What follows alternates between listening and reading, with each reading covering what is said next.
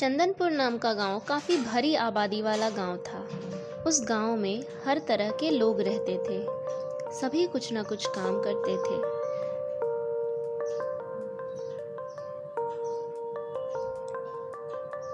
चंदनपुर से सटा एक बहुत ही घना जंगल था। लोगों के बीच यह भी कहा जाता था कि उस जंगल में एक चुड़ैल का वास है, जो जंगल को अपने अधीन रखा करती थी।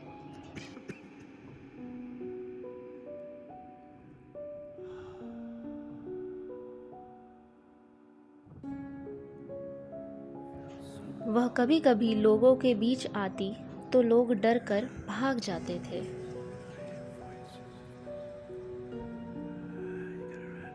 लोगों के इस रवैये को देखकर वह यह भी सोचती कि मैंने तो इनका कभी कुछ नहीं बिगाड़ा, तो यह मुझे देख के ऐसे क्यों भाग जाते हैं।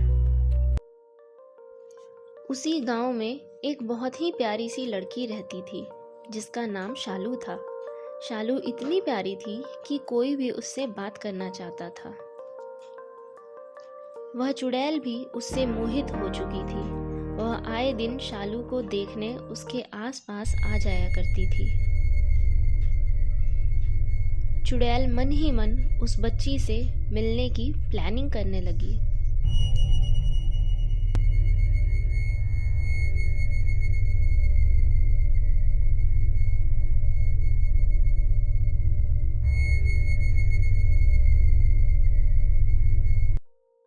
एक दिन पार्क में जब वह अपने फ्रेंड के साथ थी, तो चुड़ैल वहाँ किसी और रूप में आ गई और उससे बातें करने लगी।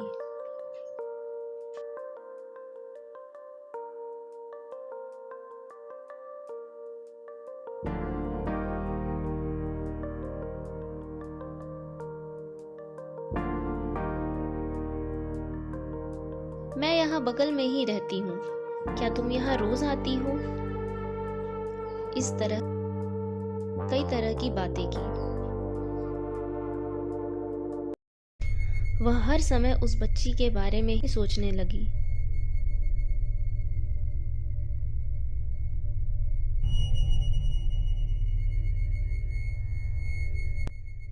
एक दिन शालू कहीं जाते हुए अचानक से गिर पड़ी, पर उसे लगा जैसे किसी ने सहारा देकर उसे उठा लिया हो। वह तुरंत ही अपनी माँ के पास गई और अपनी माँ को सारी बातें बताई। उसकी माँ तुरंत ही समझ गई कि कोई और नहीं बल्कि वह ही चुड़ैल है, जो उसकी बेटी की मदद कर रही है।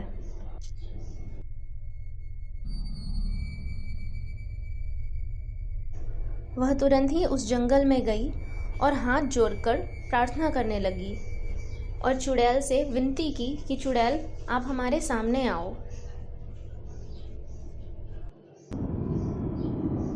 चुड़ैल अपने ही रूप में उन दोनों के सामने आ प्रकट हुई।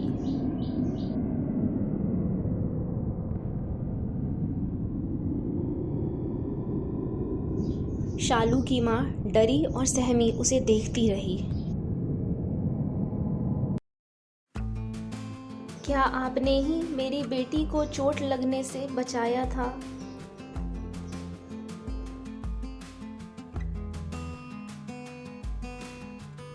हाँ, मैंने ही उसे बचाया था।